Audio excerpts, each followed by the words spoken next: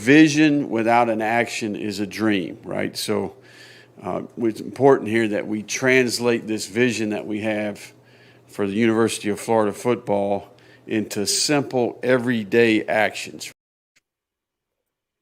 This episode of Gators Breakdown is brought to you by MyBookie. Use our promo code Gators to get your first ever deposit match dollar for dollar. Bet anything, anywhere, anytime with MyBookie.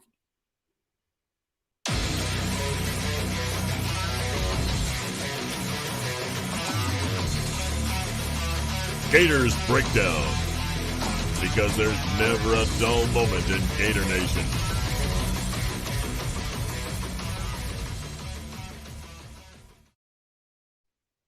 The Gators Breakdown podcast is ready to go. I'm your host, David Waters, and you can find me on Twitter at GatorDave_SEC. Billy Napier had a press conference today. Might as well dive into it just a bit here on this episode of Gators Breakdown. Plenty to get into as Billy Napier gets his vision kicked off and how he wants his Gator program to look. And plenty to get into what he discussed today, the phases of his program. Phase one is starting, but we'll get into all the phases, but he really went into detail about phase one and what the team and the whole program right now is dealing with and bringing to the table to get this thing started the right way. And of course, a big transition from the last staff, from his last job to what he has visioned for the Gators. So a lot of work going into that right now. Of course, recruiting visits happening this weekend. I mean, recruiting hopefully never slows down, and it definitely will not slow down here on Gators Breakdown coming up. But we got about 3 weeks till National Signing Day. Florida making visits today in Louisiana before hosting visitors this weekend. Tell you what, putting in all the effort right now on the recruiting trail. So plenty to get into. Hit that like button, hit that subscribe button if you're watching live right here on YouTube. Look, I know this kind of episode, little maybe surprise episode here, but with all the Billy Napier press conference today, of course, we'll dive right into it as soon as we can. So had an opportunity to bring it to you guys. So if you're watching live, hit that like button, hit that subscribe button. Really helps us out here. No matter how you view it, share it out there for us. Leave a review on Apple Podcast. That really helps us out right here on Gators Breakdown. So plenty to get into with the Billy Napier press conference. And right now, what is going on right now? Assessment. It's assessment time.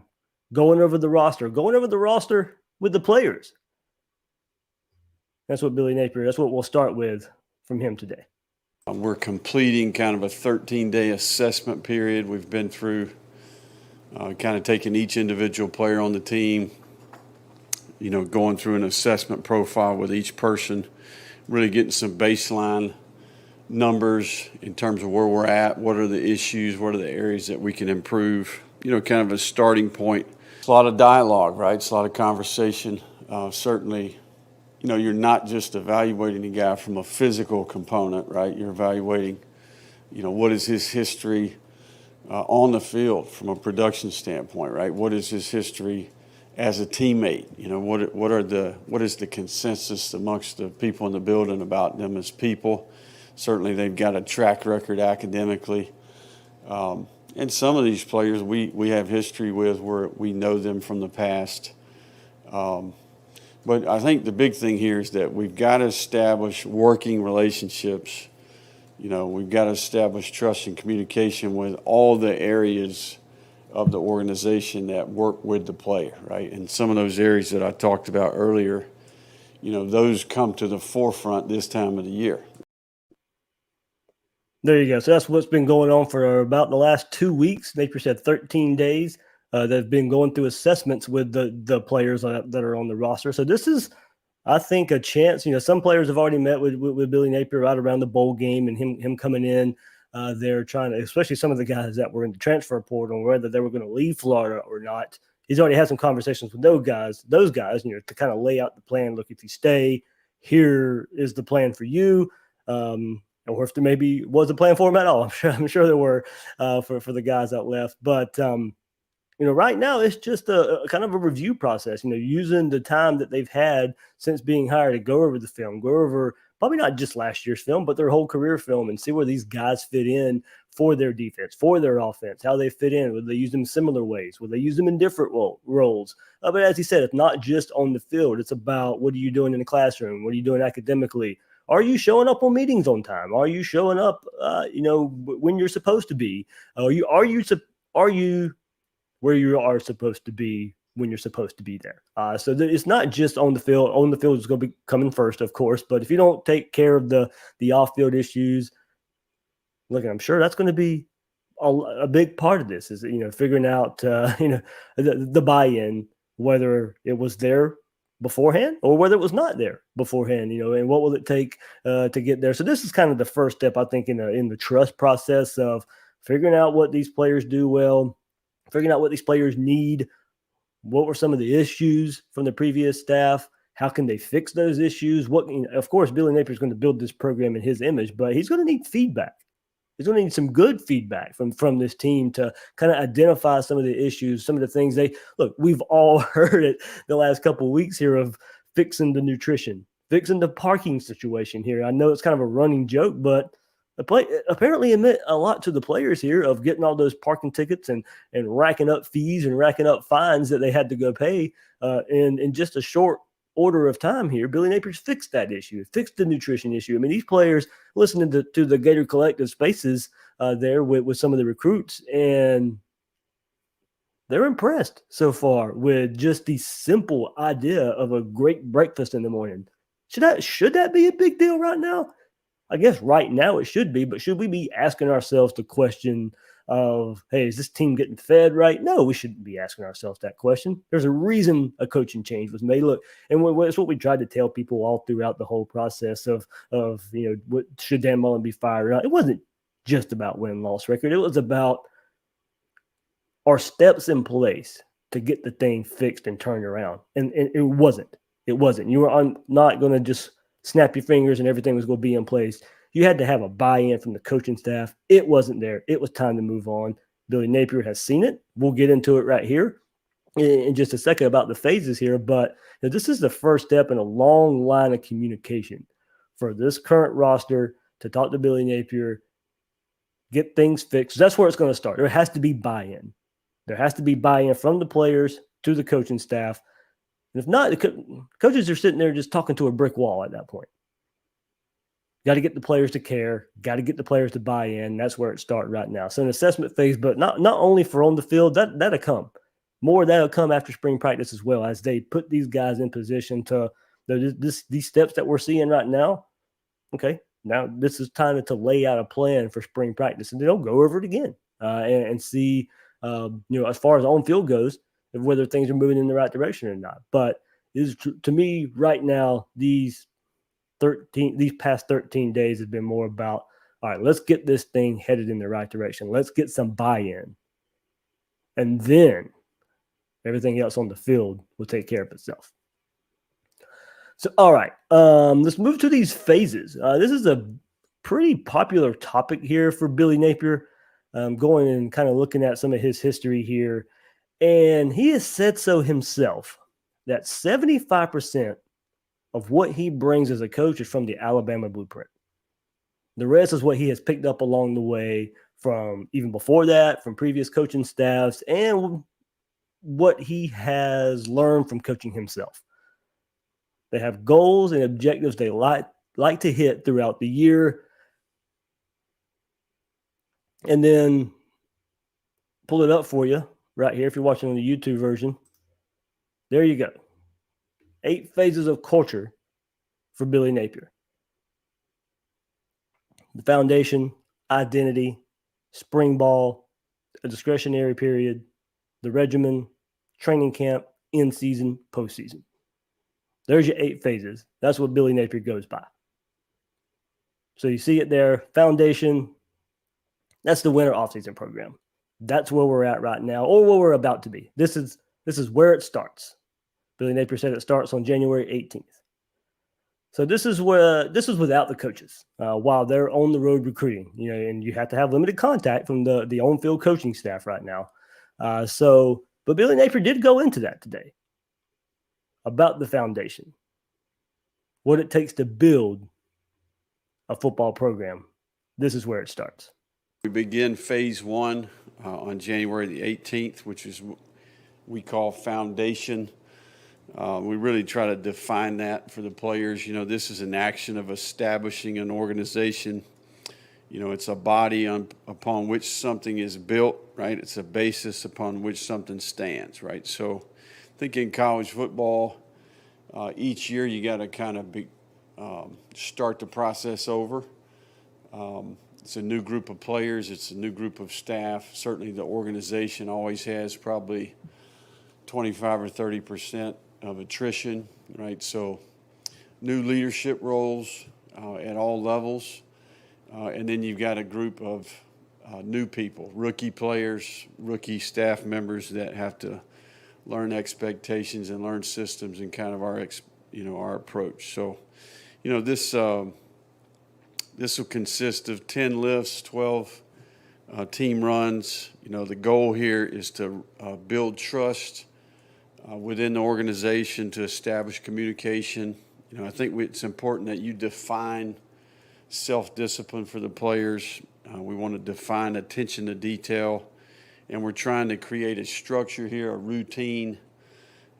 Time management obviously is a big component of this, and then, you know, we want to establish expectations as a new group, a new way of operating here. You know, establish accountability, and it's important that we're consistent and that we're fair. You know, we have goals and objectives for all the development parts of our program, right? Strength and conditioning, performance and sports science, nutrition, the athletic training room, academics, and our new Gatormade program that we will launch here pretty soon. So there we go. I think if you want to take one key word from that, accountability. How many times was that word brought up in the last couple of years of the previous staff? Accountability, whether somebody gets a penalty on the field and they don't come off the field, they still out there playing. Or accountability of, you know, players just not, even on the coaching staff, you know, the accountability there of bringing back a defensive coordinator who brought one of the worst defenses in Florida history, and you brought him back. What was the accountability in the last program? It was not there.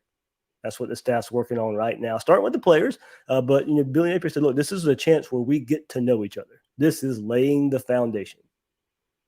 A lot of accountability, you know, for these players, because, as I said, not much contact with the coaching staff during this period, not the on-field coaching staff. This is Mark Hockey, the strength and conditioning coach, more about him, more about his staff, what they can bring. And that's why this, you know, the strength and conditioning coach, such an important hire for this right here. The strength and conditioning coach might actually be more important than Billy Napier himself when laying the foundation. That's why you have to make that hire. That's why you have to make the right hire for that role and for those members of that part of the staff. For them right now, this is where you make the team. This is where, you know, your first step of making a team. You got to lay that foundation. Put out the expectations. Players know what to expect. Coaches know what they expect. Everybody's on the same page.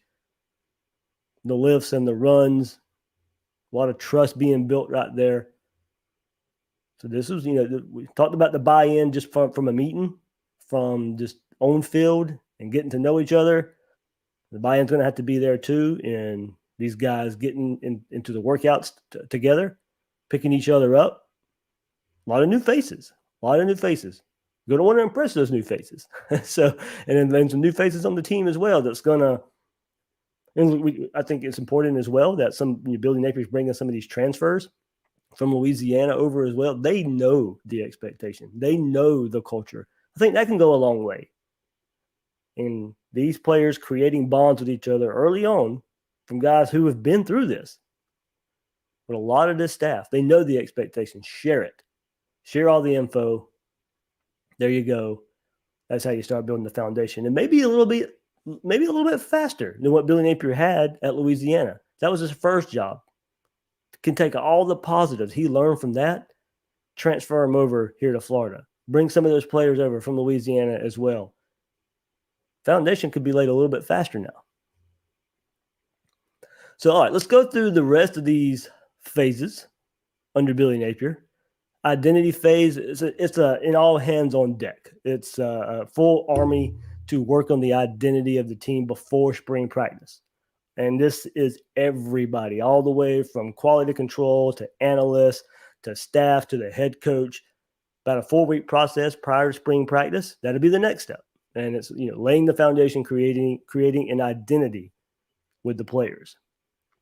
Spring ball is the next phase. Napier likes to start spring practice a little bit later in the process. 15 spring practices in a speech that he gave. He says usually it's a Tuesday, Thursday, Saturday approach in spring practice. Napier loves the spring routine he's developed as head coach at Louisiana. The discretionary phase is next, and while the players are taking their exams, this part is let them finish their exams, let them go home for a couple of weeks. When they get back, it's the next phase, the regimen phase. Summer 1, Summer 2 programs. That's kind of more workouts, getting ready for training camp. And training camp, in-season, postseason, that's self-explanatory. We know what that is. Training camp, those practices in the grueling summer, getting ready for the first game of the season, getting ready for the season, in-season, postseason. We all know what happens there. So there you go. Those are the 8 phases under Billy Napier and the specific plans for each phase. Everybody from the players to the staff members, everybody has a role. Everybody knows what they are doing every single day. And Billy Napier also mentioned today that there is a 6-stage recruiting plan. So there was 8 phases of football, but then there's also 6 stages of recruiting. Every person involved, both plans, a recruiting plan and Napier's 8 phase of football plan, everybody has defined roles. So as I said, Napier has said, in talking about those phases, about 75% of that taken from the Alabama blueprint. Hopefully it works out. Hopefully it works out. You take the blueprint, put your little spin on it. Be hard to duplicate what Alabama does, of course, but you start somewhere. Work one time. Sun Belt, Louisiana. Now bring it over to Florida. See what happens when you get that higher talent profile. And hopefully we see the results of that. Because, you don't want to go – look, Billy Napier's not Nick Saban. Nobody's Nick Saban. But also, you got to put your own spin on things. Not every situation is the same. You're at Florida. He's at Alabama. Difference is there.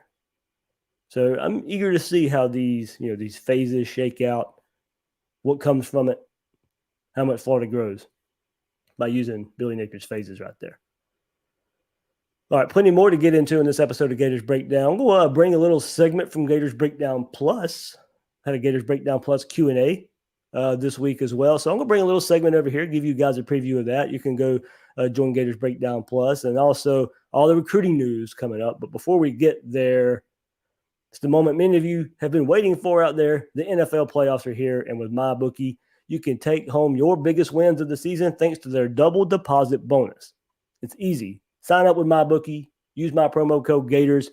Make your first deposit. Double your money instantly into your account, up to $1,000.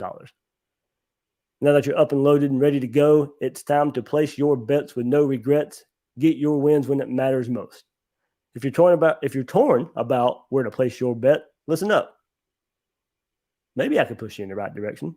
Before the playoffs kick off, wager your pick to take home Super Bowl 56. The field's wide open this year. Packers, Bucks, Chiefs. Who you taking? Head to MyBookie. Back your team all the way this postseason. Don't miss out. Double your first deposit up to $1,000 by using promo code Gators. Head to mybookie.ag, place your bets, and get ready for the unmatched intensity of playoff football.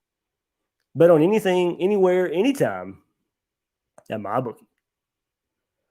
All right, guys, here we go. One more takeaway from the press conference before we move on to recruiting, and that is the big headline storyline of Emory Jones. And if you've been listening to Gators Breakdown, of course, following along out there on social media or some of the other websites out there, of course, it looked like at one time Emory Jones was going to transfer, even had quotes about it, about him leaving Florida and maybe what his future was going to be, but never put his name into the transfer portal. We brought it up on Gators Breakdown Plus the whole time. Have a member there who's been keeping us pretty up to date on Emory Jones and let us know pretty much before it was getting out that, hey, not so fast. There's still discussions, plans for Emory Jones to stay at Florida. Looks like that is the case. Billy Napier was asked about it today at the press conference, and Emory Jones is taking classes. Emory Jones is at the University of Florida. Quote, he's done a fantastic job with all the things we've asked him to do, Napier said today. You know, I would hope our fans and all the people out there would understand what a big deal that is. This is a guy who is a class act. It's been very impressive to me, the caliber of person that he is. Napier continued with Emory, I think he cares about this place. It's important to him to represent this place the right way. He'd be the first to admit that he's played really well at times and he struggled at times. I think for me as a coach going forward, and in particular the quarterback, you're the teacher, they're the student. I'm going to work with those guys exclusively every day. So when the team struggles or the player struggles, it's important that you take ownership of that as the teacher, and certainly we'll have that approach. So there we go. It couldn't have been easy for Emory Jones mentally last year with the struggles. You know, of course, we've talked about it plenty of times here this season, this past season. But apparently Billy Napier still finds a role here for Emory Jones, or at least, you know, Emory Jones, sure, you heard right there how much he cares about the University of Florida. He's very close to graduating. Finish some classes, go take part in spring practice, and see what happens. Now, granted, if you ask me and ask me to make a prediction, no, I don't see Emory Jones starting quarterback at Florida again. But I won't completely dismiss it. Maybe there's something Billy Napier can unlock. Maybe the past staff just completely lost every bit of, I won't say coaching ability. That would be the wrong way to put it. But, you know, the wherewithal, the care to just kind of, and look, I don't know. I don't even think that's Billy Napier taking a shot at the previous staff about, so when a player struggled, disappointed, that you take ownership as that teacher. I'm not necessarily meaning I'm not taking that as a shot from the previous staff or to the previous staff, but I think Billy Napier sees, as he's had discussions with Emory Jones, say, hey, you know, there are ways we can help. There are ways to, I know it's a mental struggle when you're struggling out there as a quarterback. It's hard to get over that. But maybe Billy Napier sees something out there that at least, you know, quarterback depth purposes. Maybe not, maybe doesn't. Maybe they've had the conversation. Emory Jones is not the starting quarterback. But Emory Jones, as he said, loves the University of Florida. Maybe Emory Jones, one more time, gets that degree, goes somewhere as a graduate transfer. Still plenty to play for if you're Emory Jones. Go through spring practice and see what happens. You got a quarterback room right now consisting of, hopefully when spring practice starts, and healthy Anthony Richardson, Emory Jones, Carlos Del Rio, Jalen Kitna.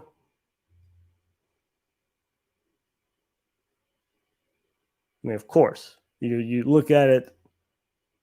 Would it be difficult to kind of bounce back? Yeah, of course it would. But I do think with everything going on, maybe a familiar face in the room, maybe it'd be a good thing. But yeah, I mean, Anthony Richardson, Jack Miller, of course, transferring in as well. I don't know how I left him off, but quarterback room's deep. I don't see taking 5 quarterbacks into spring practice or fall camp, fall practice. But I don't think you can blame Emory Jones one bit for finishing up some classes, graduating from the University of Florida, going through one more spring practice with this staff, and let the chips fall where they may. All right, let's get into some more news as we shift away from Billy Napier's press conference. And Gators got some good news this week on the transfer front. Montrell Johnson transfers from Louisiana. His true freshman season last year rushed 162 times for 838 yards and a team-high 12 touchdowns as a true freshman in 2021. That helped him earn Sun Belt Freshman of the Year. He had a 99-yard run versus Arkansas State this season, finished that game with a season-high 150 yards. Good for the Gators to have him ready to go this spring. I mean, take a look at it. Damian Pierce is gone. Malik Davis is gone. Naquan Wright is injured. The injury from the FSU game. So Lorenzo Lingard, DeMarcus Bowman were going to be your only two running backs going into spring practice. We know with any chance of playing in the fall. You may have had some walk-ons, may have had some guys down the depth chart, but for all intents and purposes, going through a spring practice with Lorenzo Lingard and DeMarcus Bowman wouldn't have been the ideal situation here for Florida. First of all, you don't want those two guys taking that many reps, increasing their injury chances in spring. And also now you get a good player in Montrell Johnson. Sun Belt Freshman of the Year. Look, anytime, and we see it right now, there are multiple Power 5 programs out there going after Billy Napier's Louisiana transfers. So you prove it in the Sun Belt. Well, that's better than proving it on the high school field. No matter if you're a 5-star, 4-star in the recruiting world, you go out there and prove it at a D1 level. That's worth more. You've already proven you can go play some football at one of the highest levels. So proving it there, having some years of eligibility, 3 years eligibility left for Montrell Johnson. Now be able to go through spring practice as well with Bowman and Lingard, a guy who has experience, a guy who knows what to expect in this offense. A guy knows that he can share his information here with the running back room about what to expect. I like it. All right, so let's stay at running back while we shift to high school recruiting. That was a transfer that Florida got there in Johnson, but highly rated 4-star.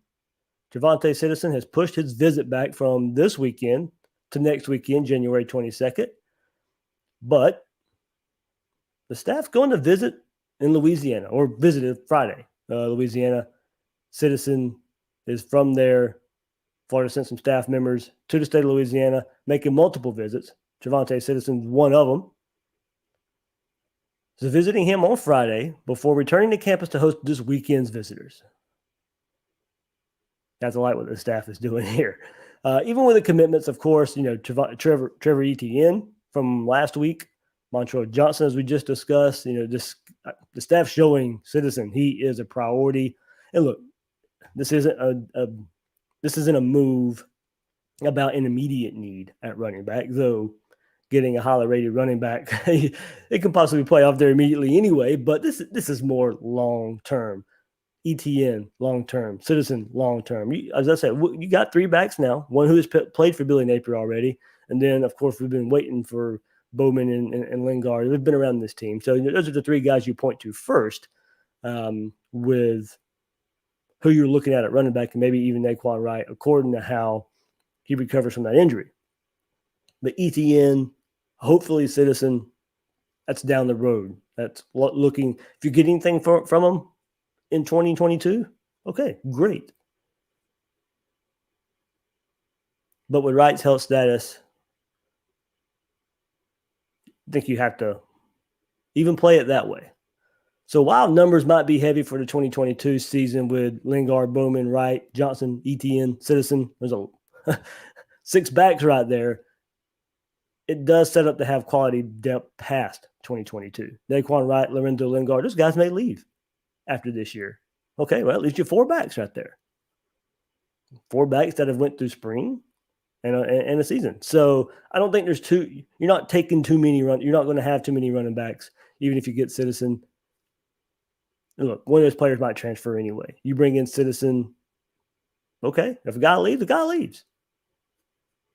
Florida needs to breed competition. Competition matters. May the best players play.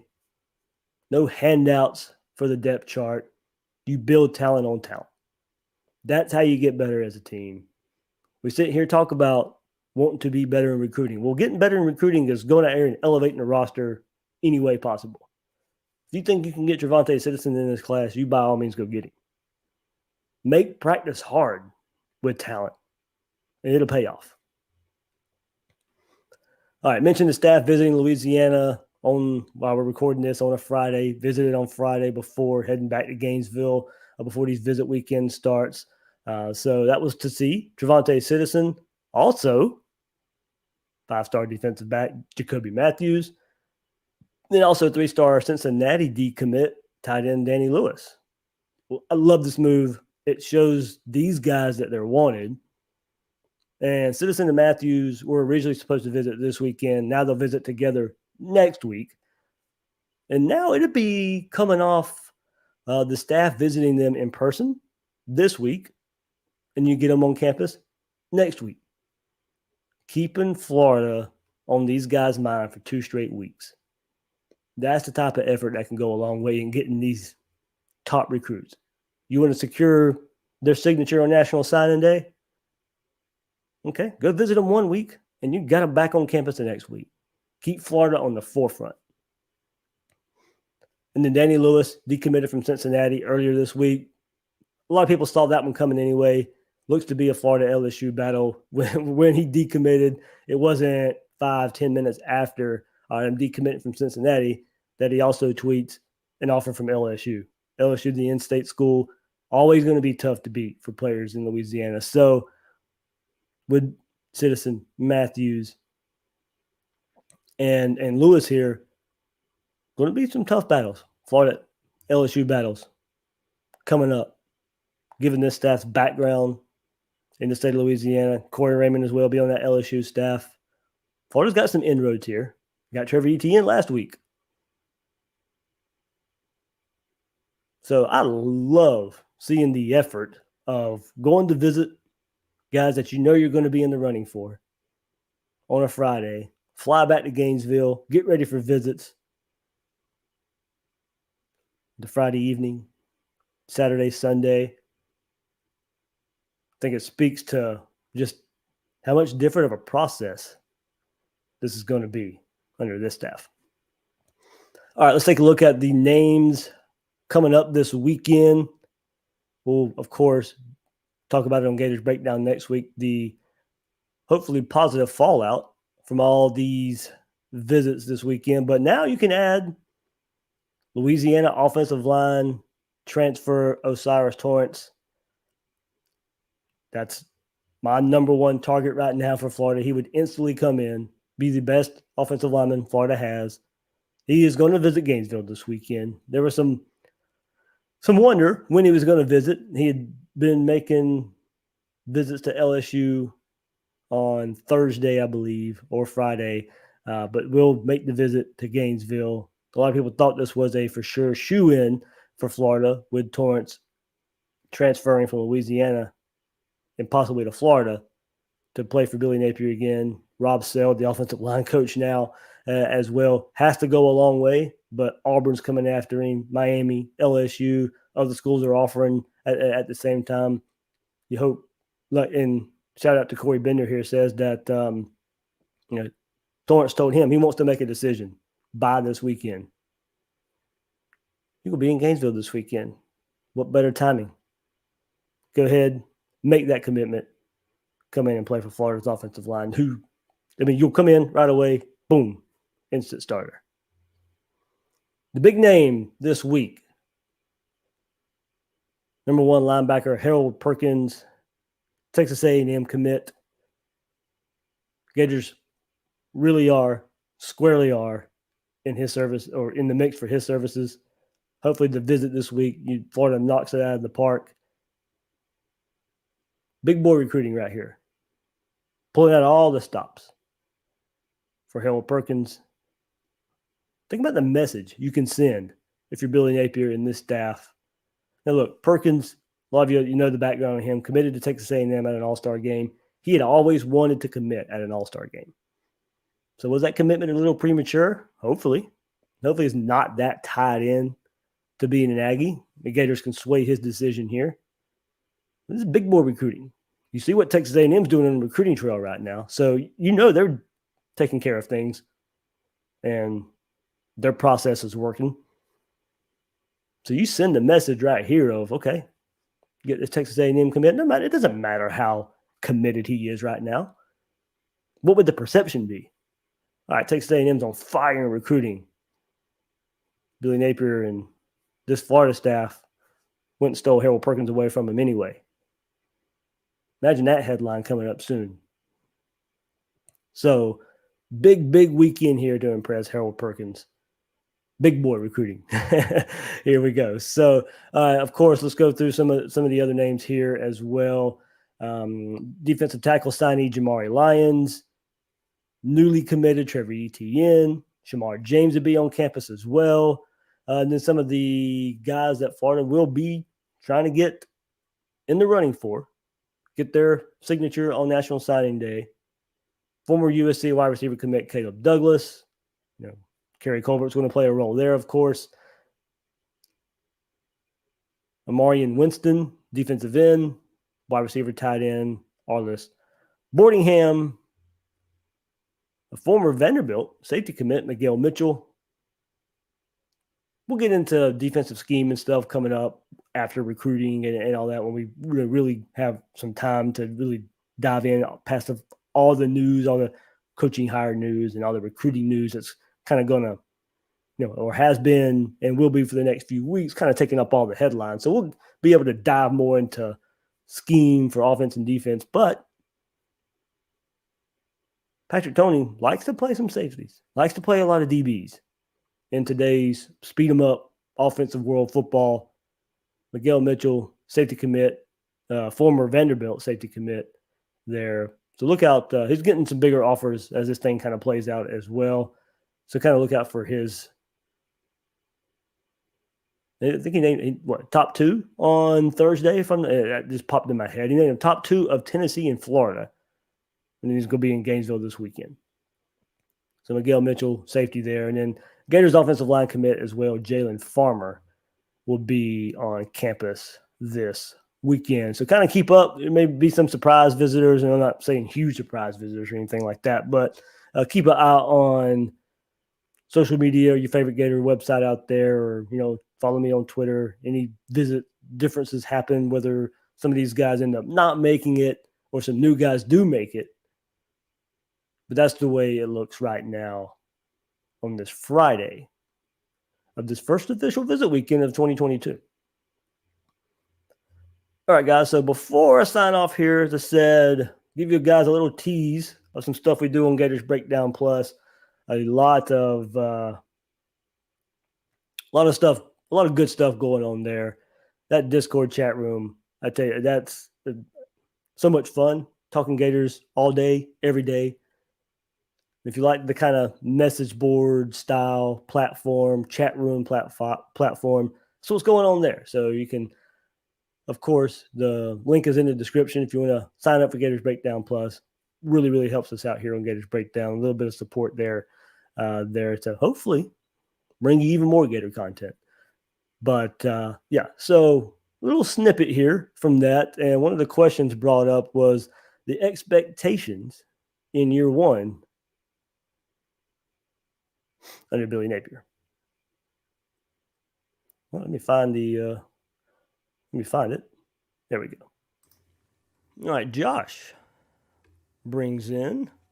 Wasn't able to get his last name there, so Josh, thanks for sending this, but I wasn't able to get your last name in there from the email. But how do you gauge success with Billy Napier in year one? I personally do not expect us to win a national championship next year, but what can we as Gator Nation consider success in the first year? That's a lot that goes into that. You know, win-loss record, probably not the best barometer. I mean, of course it helps, and that will be part of it. Absolutely will be, you know, and that's probably more than half of it if you want to start weighing expectations and success and all that, and how all that ties in together. But that schedule is tough. I mean, we just took a look at the way too early rankings in the last episode of Gators Breakdown, and think about it. Let's see what Utah, Kentucky, Tennessee, LSU, Georgia, South Carolina, Texas A&M. So there's 7 opponents right there that in all those polls that we put together, or that I found for way too early, at least those are 7 teams right there. Those 7 teams were ranked. Not in, I think there probably was one of them where all 7 of them were ranked in one of the polls. But at least, those 7 teams were ranked at least in one of those polls.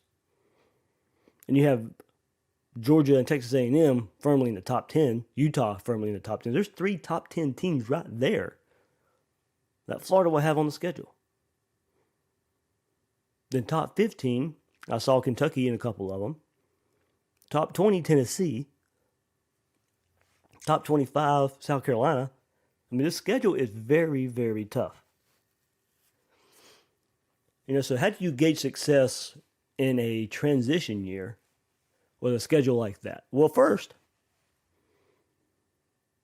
a lot of new coaches come in and they probably win games they shouldn't and they lose games they shouldn't. I mean, go back to Dan Mullen in 2018, lost to Kentucky.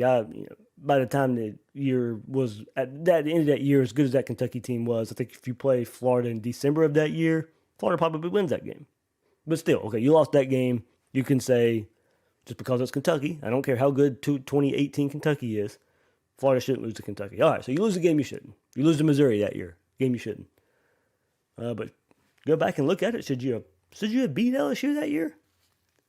Game was at home. Okay, so you can get some credit there. Michigan in the bowl game. How do you weigh that? I'll leave that up to you. All those holdouts from Michigan and all that kind of stuff too. But it was a bowl game Florida needed to win in Dan Mullen's first year. So okay, you got some good wins, probably some losses you shouldn't have had. But this year, you don't open up with a cupcake. You have to hit the ground running versus Utah. So I think, how do you gauge success given that schedule? And just honestly, given any schedule, you want to be better in December than you are in September. And for a first-year head coach, you probably kind of expect that. So I think with that being, for me, the expectation, you expect to get better as the season goes on. That's how I would gauge success.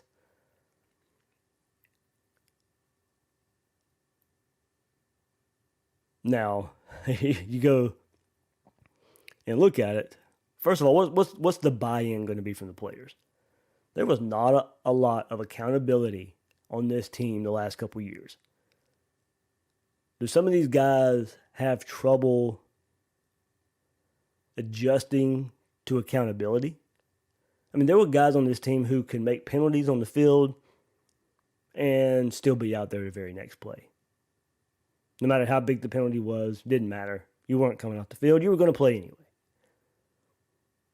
There were guys who missed team meetings, guys who would not practice, didn't make it to practice. They trotted them out there anyway. There was a lack of accountability from the last staff. So I think there's going to be a sense of entitlement from these players the last couple of years. And how fast do they adjust? How fast do they buy in? Another angle to this, and I think let's just kind of break it down. The 3 phases of offense, defense, and special teams. Well, at least for defense and special teams, I think if we saw any sign of improvement from those sides of the ball, it would probably gauge some success there, wouldn't you? I certainly would. If I see a defense that can tackle, a defense that doesn't look lost, a defense that just, I won't necessarily say be feared in year one, but you start seeing the signs of it. For offense, let me continue with special teams. Special teams is just not a complete disaster, and actually an asset to the team. At least on that side of the ball, I want to see a net positive. I won't even be satisfied with coming in and kind of just looking at it and say, oh, okay, at least I didn't mess anything up. No, I want to see gains. I want to see positive plays on special teams.